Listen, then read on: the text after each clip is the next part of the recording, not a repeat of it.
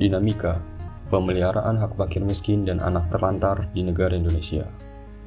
Pelaksanaan HAM di Indonesia tentunya ada jaminan-jaminan hak asasi manusia yang tercantum dalam Undang-Undang Dasar Negara Republik Indonesia tahun 1945 yang berfungsi sebagai basic law atau norma hukum tertinggi yang memuat pasal-pasal untuk menjamin perlindungan, pemajuan, penegakan, dan pemenuhan hak asasi manusia.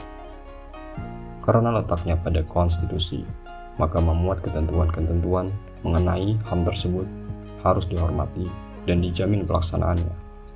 Namun ada kalanya di mana hak asasi tersebut dilanggar atau dikesampingkan, baik oleh negara maupun individu. Jaminan HAM yang paling sering dilanggar adalah pemeliharaan anak terlantar dan fakir miskin yang tercantum pada pasal 34 ayat 1. Selain itu, Pancasila mempertegas dengan memberikan jaminan keadilan sosial bagi seluruh rakyat Indonesia, yang memiliki makna bahwa setiap warga negara akan mendapatkan keadilan pada seluruh aspek kehidupan tanpa terkecuali. Namun pada kenyataannya, masih menimbulkan tanda tanya apakah jaminan hak tersebut sudah terlaksana. Contoh sederhana saat awal kemunculan pandemi hingga sekarang, di mana angka kemelaratan semakin meningkat akibat banyaknya pekerja yang di-PHK dan usaha-usaha kecil yang gulung tikar. Meski pemerintah sudah berupaya untuk memberikan bantuan dana sosial, tetapi pembagian bantuan tersebut belum bisa dikatakan akurat sebenarnya. Masih ada sebagian masyarakat kecil yang mengeluhkan tidak menerima bantuan sosial pemerintah. Ada sebanyak 38,7% masyarakat di Indonesia menganggap penyaluran bantuan sosial terkait penanganan COVID-19 yang diberikan pemerintah belum tepat sasaran. Hal ini sebagaimana tercantum dalam hasil survei Pusat Kajian Pembangunan dan Pengelolaan Konflik Universitas Airlangga tahun 2020 lalu.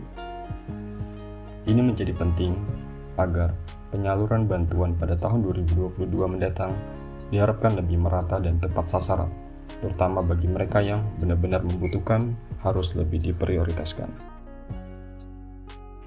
Kali ini, kami berkesempatan menemui salah seorang warga desa Sumber Makmur, Kota Waringin Timur, Kalimantan Tengah. Sebut saja Pak Amar. Sedikit cerita tentang kehidupannya. Sebelum menderita penyakit stroke, beliau hidup sebagaimana masyarakat pada umumnya yang berkecukupan.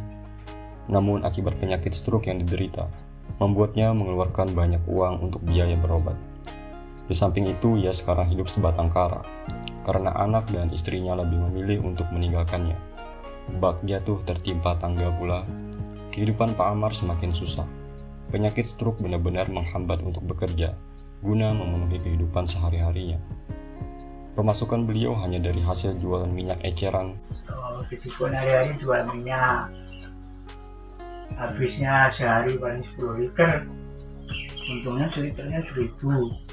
Itu belinya kempengan sama orang penguasir. Berarti beli dari orang juga? Ya. Besar harapan beliau kepada pemerintah dari banyaknya program dana bantuan sosial yang disalurkan sejak 2020 hingga saat ini 2022. Beliau baru menerima 1 kali dana santunan tersebut. Seharusnya orang-orang dalam keadaan hidup seperti beliaulah yang diprioritaskan untuk diberikan santunan, agar sasaran program pemerintah bisa akurat dan tercapainya pemeliharaan kepada fakir miskin yang benar-benar membutuhkan. Selain itu, masalah sosial yang tak jarang ditemukan adalah anak-anak yang hidupnya terlantar.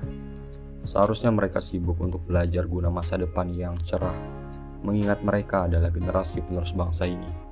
Namun miris keadaan berkata lain, hingga membuatnya harus bekerja dan mengesampingkan haknya sebagai seorang anak. Kali ini kami juga berkesempatan bertemu dengan seorang anak yang hidup sebatang kara. Kesehariannya mengumpulkan ikan hasil tangkapan nelayan.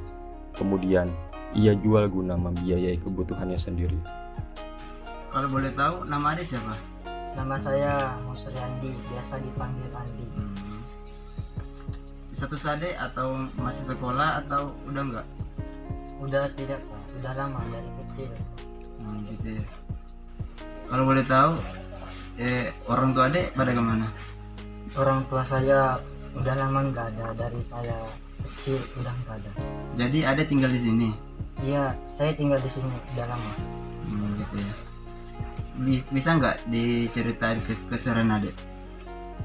Keseharian saya pada saat pagi hari saya ke pantai menunggu nelayan datang, lalu saya meminta ikan dan ikannya saya jual untuk saya makan. Gitu ya. Ada nggak dari bantuan dari pemerintah? Bantuan dari pemerintah udah lama nggak ada. Tapi ada? Tidak ada. Oh gitu ya.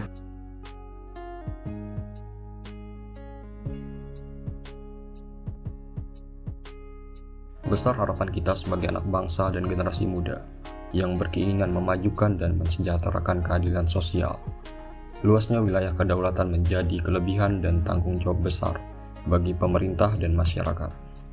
Pemerintah dapat mengupayakan pendataan sosial yang akurat dengan bekerja sama dengan tiap lembaga lain, seperti lembaga pendidikan, untuk mendata masyarakat yang memang benar-benar memerlukan perhatian khusus dari pemerintah.